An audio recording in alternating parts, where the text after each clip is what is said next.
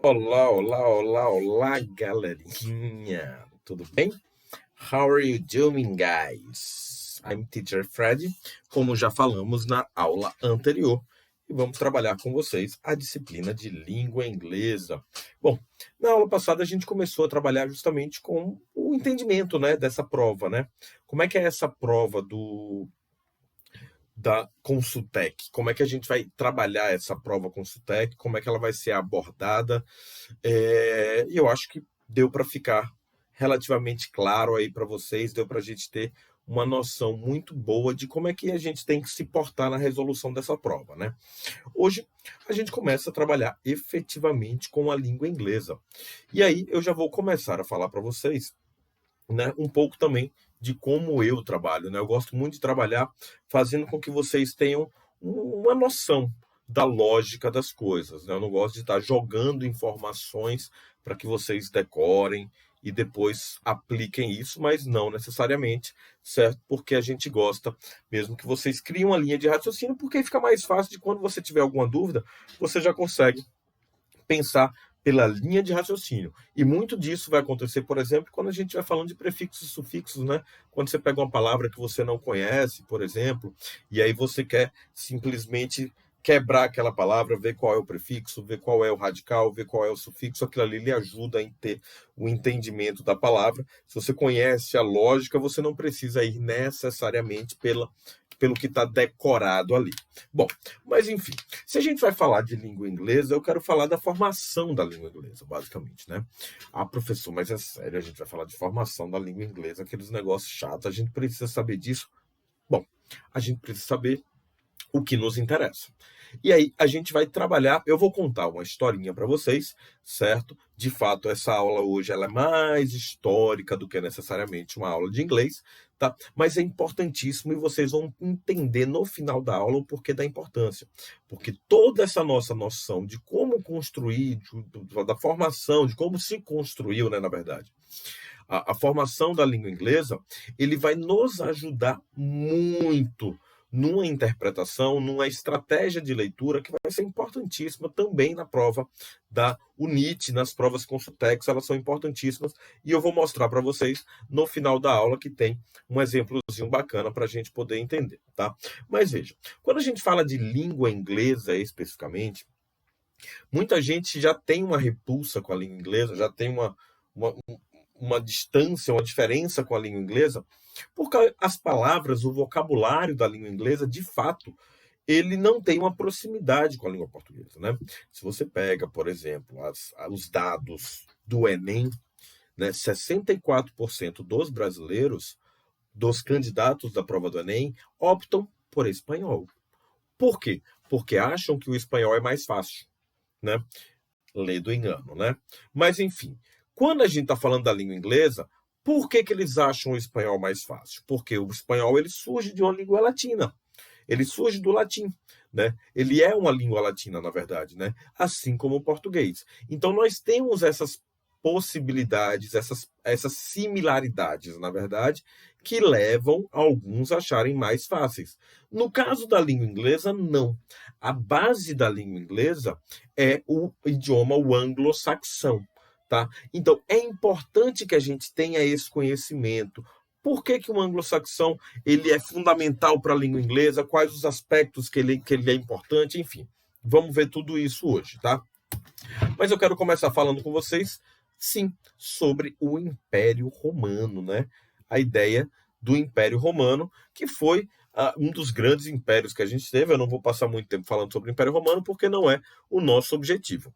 O nosso maior objetivo é você perceber, ó, que aqui, nessa parte, que isso aqui, na verdade, certo? As chamadas Ilhas da Bretanha, certo? Que é isso daqui, tá? No século, logo no, ó, em 117, no Império Romano, isso aqui sim, ele era ocupado pelo Império Romano. E é muito importante a gente saber que quando a gente tem uma ocupação aqui, a gente ainda assim a gente vê, né, resquícios daquela ocupação, tanto em aspectos culturais, quanto em aspectos arquitetônicos, linguísticos, enfim. uma série de aspectos que são fundamentais, né? Por exemplo, dois exemplos básicos para vocês entenderem aí. Quem já foi em Recife vai perceber que Recife teve uma influência em um determinado momento da sua história, dos holandeses, né? E isso tem um aspecto característico na arquitetura de Recife, né? Alguns dizem que, inclusive, em aspectos culturais. É o caso que a gente tem aqui em Sergipe, por exemplo. Se você para prestar atenção, mais no interior do estado as pessoas falam ocho, 80, né? Por que se fala assim? Isso, na verdade, é uma grande influência, um livro maravilhoso do meu amigo Robert Van Santana, né? Robert Van, professor de espanhol, que ele vai fazer uma relação dizendo que esse período, essa pronúncia, essa fonética, que é característica do interior do estado de Sergipe, ela vem também muito por um período que um determinado território sergipano ficou sob ocupação espanhola, né? Então você tem uma relação que o espanhol que se pronuncia desse jeito, que fala desse jeito, né? O ocho. Então, justamente nesse período da ocupação espanhola, isso acabou sendo incorporado ao nosso idioma. Tá bom, professor, mas por que você está dando essa volta toda para falar da influência do Império Romano na língua inglesa? Simples. Qual era a língua falada pelos romanos? Qual era a língua oficial do Império Romano, né? A língua oficial do Império Romano era o latim. E olhe só que coisa, né? O latim, que é a mesma língua que deu uma base estrutural, basicamente, para a língua espanhola, para a língua portuguesa, enfim, para uma série de outras línguas aí também, italiana, francês, enfim, por aí vai. Mas, por que eu estou falando do latim quando a gente fala do inglês? Né? Porque é muito importante a gente pensar que mesmo depois que o Império Romano saiu da Ilha da Bretanha, e isso vai se dar mais ou menos no final do século IV, já chegando no século V, certo? Os romanos acabaram saindo da Bretanha, porque foi de fato a queda do Império Romano, né? Com a saída disso e a chegada de novos povos aí, mais especificamente os jutos, os anglos e os saxões, né, basicamente as chamadas invasões germânicas na região da Bretanha, o que acontece? Esses caras, como são de invasões germânicas, eles têm uma língua germânica, tá? E aí tem uma parada muito louca. Se você pega, por exemplo, o alemão, né? O alemão, ele tem uma relação muito próxima da língua inglesa. Existe, inclusive, fonemas da língua, palavras na língua inglesa e na língua alemã que têm uma mesma construção, né? Que tem uma similaridade. Se você pega, por exemplo, a palavra beer em inglês e Bier em alemão, né? A única diferença entre elas é o primeiro E da língua inglesa vira um I na língua espanhola. Mas a pronúncia é muito parecida e eles significam basicamente cerveja, né? Então, tem essa proximidade. E por que tem essa proximidade? Essa proximidade ela existe basicamente porque esses aqui são os povos germânicos, né, que vieram da região da Germânia, onde depois, tempos depois, veio a ser instalado justamente o Império Germânico e, consequentemente, a Alemanha. Né? Então, justamente, a língua inglesa e a língua alemã, elas possuem essa mesma raiz etimológica, que é exatamente o anglo-saxão, né? Desculpa, o anglo-saxão é o que os bretões, né? O que os ingleses acabaram absorvendo. Mas o anglo-saxão é uma língua germânica que também deu origem à língua alemã. Então, veja só, depois disso nós tivemos exatamente essa invasão dos anglo-saxões. Inclusive é muito interessante porque os anglos acabaram tendo um domínio muito maior nessa região, né? E essa região acabou sendo conhecida como Angland. Angland, o Ang como ANG, aqui ó, ANG, e aqui o land, né? O que seriam lands from Anglia, né, na verdade, que seriam as terras dos anglos, e de tanto ele ser chamado de England, England, no final das contas ela acabou virando a England, que a gente conhece hoje em dia com England, né? England. Bom, e aí, por que eu estou falando tudo isso? Porque quando esses caras chegaram com o seu próprio idioma lá, que obviamente ele depois vai se desenvolvendo, tanto é que o português de Portugal não é o mesmo português do Brasil, né?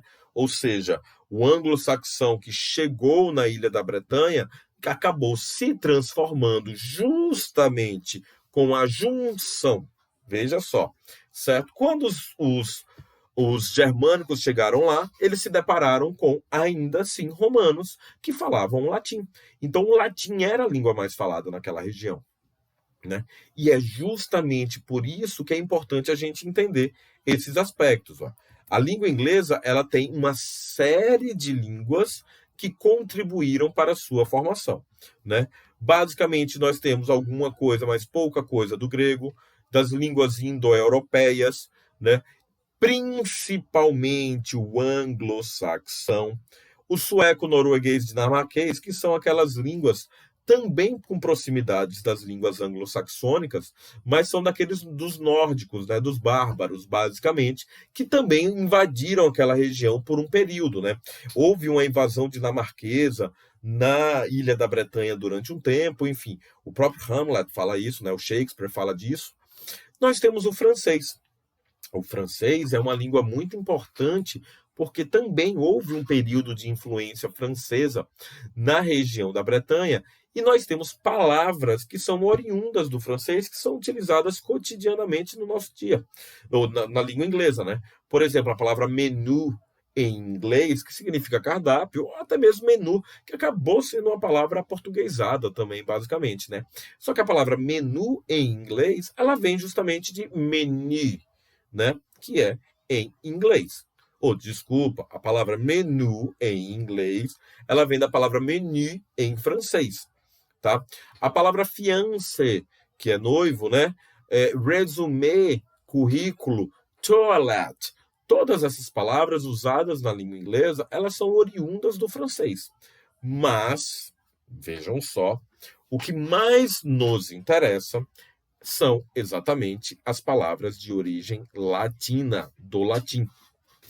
E existem estudos, hoje em dia existem estudos, que afirmam que em torno de 30% da língua inglesa tem uma forte influência do latim. O que é que significa dizer isso? Para gente que está estudando. Essa história é bacana, bonita, legal, mas para nós que vamos fazer um vestibular, isso não cai no vestibular. Professor, não cai questão sobre isso. Como é que eu vou resolver? Ou qual é a minha situação para entender e usar isso aqui na minha vida cotidiana? Aí é que chega o nosso ponto principal, né? Por quê?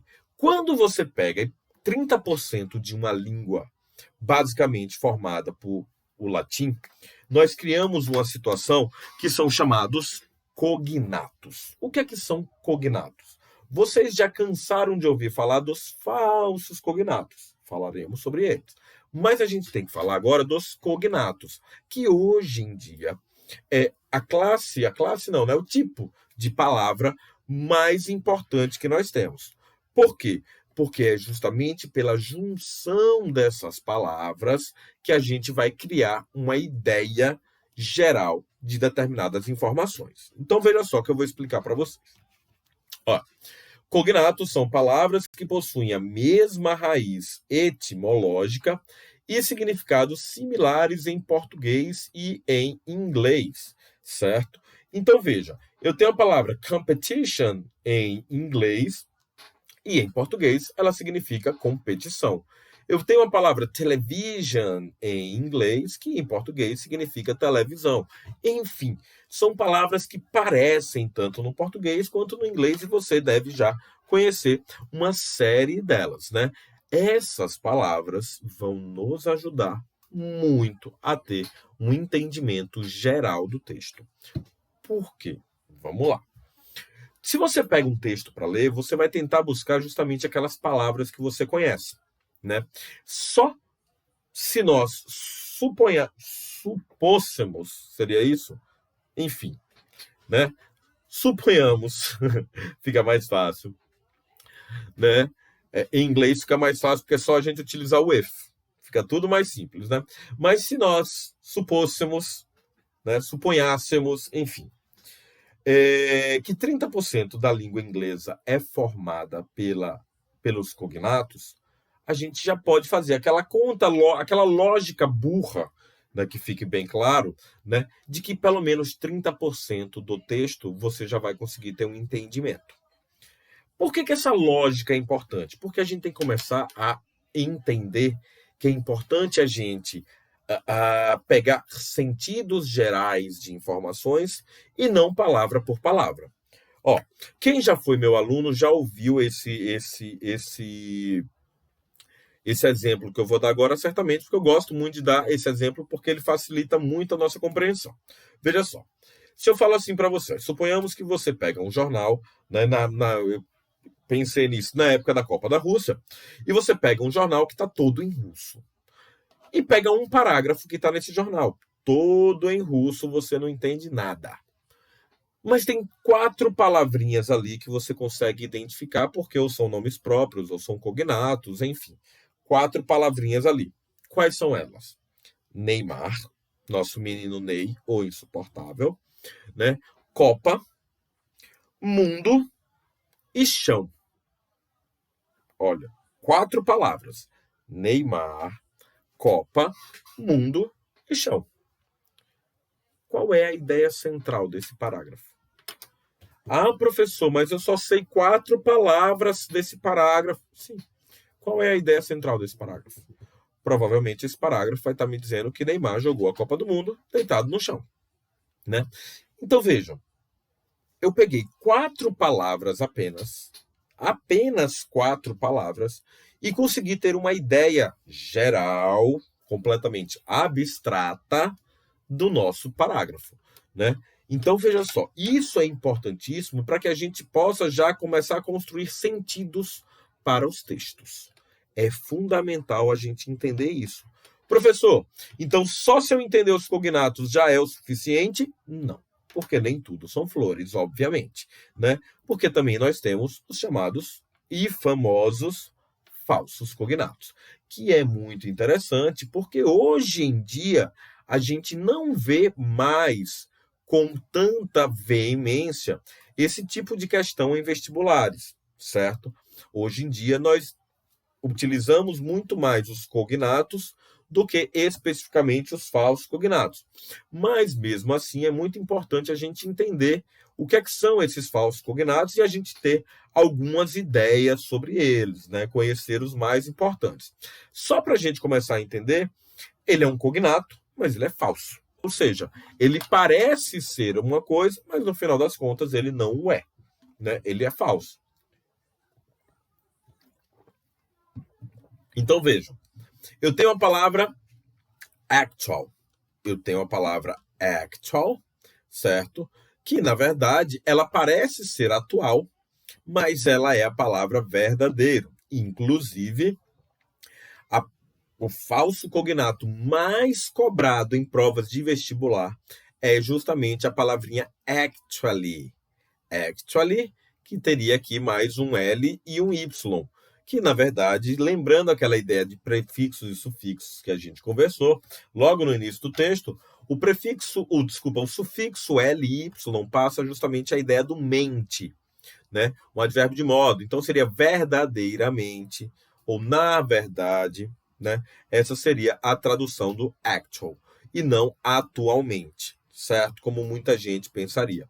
Então nós temos uma série de falsos cognatos, né? Confident, que é confiante, não é confidente. Nós temos idioms, que não são idiomas, mas sim expressões idiomáticas. Legend, que não é legenda, que é lenda, inclusive legenda vai ser subtitles, né? Enfim. Então, é muito importante a gente ter esse conhecimento dos falsos cognatos. Só que nem sempre né, a gente vai ter somente esses dois tipos de questões ou tipos de palavra no texto. E aí é importante a gente pensar que existem outras situações. Existem, por exemplo, as palavras que você já tem um conhecimento prévio, né? Umas palavras que vocês já conhecem porque elas são basicamente da nossa vida, né? Você já estudou alguma coisa, tem alguma referência, pegou alguma música. E temos também aquelas palavras que têm um cunho histórico, mais uma vez. Vocês sabem muito bem que pós Primeira Guerra Mundial, os Estados Unidos assumiram uma dianteira mundial, né, tanto economicamente quanto culturalmente. E isso foi consolidado depois, né, da Segunda Guerra Mundial com a ideia do American Way of Life. E esse American Way of Life, vendendo um estilo de vida americano, acabou também vendendo uma língua universal, que foi o inglês. Né? Tanto que depois desse processo, o inglês se torna basicamente a língua mais falada no mundo, em termos não quantitativos, como vocês já devem imaginar, porque isso é o mandarim, né, por causa do número de pessoas, mas em termos de atividade mundial, o inglês é a língua mais falada, mas que mais gira no mundo, né? Então veja, com essa ideia de se vender um American Way of Life para a vida, para o mundo inteiro, eles também acabaram exportando expressões, eles acabaram exportando também produtos, nomes e enfim, né? Aqui no Brasil, por exemplo, ninguém pede um leite batido.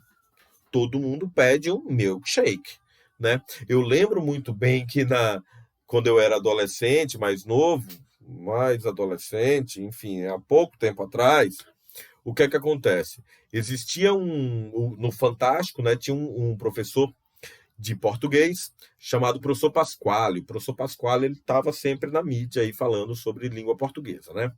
E aí tinha uma dúvida não, né? Havia no Brasil um clássico que era entrega a domicílio. E esse lance da entrega a domicílio, pô, todo mundo vendia isso e, enfim, rolava à torta e à direita, aí era as entregas, né? Até que chega o Pasquale na TV, né, no Fantástico, que atinge todo mundo, e fala: não, amados, de forma alguma. Quem entrega, entrega algo em algum lugar. Então a entrega tem que ser entrega em domicílio e não entrega a domicílio, né? Mas, enfim, ele acabou quebrando com o negócio de muita gente, né? Porque a galera já, pô, errado, não sei o que lá, enfim, aquelas coisas loucas. Aí veio um grande publicitário genial e falou: peraí, vamos resolver essa treta. Agora não tem mais entrega a ou entrega em domicílio. Agora nós temos delivery. E acabou.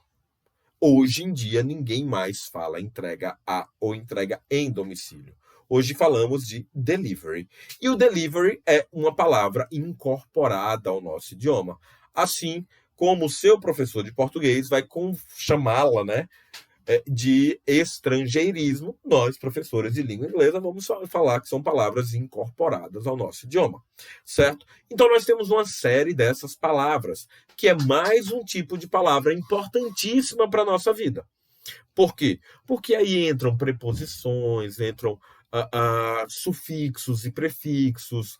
Nós temos, basicamente, um leque de vocabulário que você consegue ampliar a partir dessas relações. Enfim, isso vai facilitando. No final das contas, a gente vai perceber que a gente já está com praticamente metade do texto garantido ali de entendimento.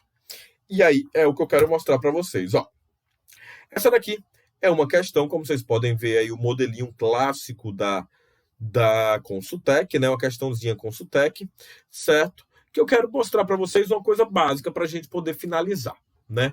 A gente tem aqui um texto, basicamente, que eu cortei ele pela metade, porque eu queria só mostrar um pedaço dele para vocês. Eu queria que a gente parasse para analisar um olhar rápido. Eu queria que vocês dessem uma olhada rápido nesse primeiro parágrafo.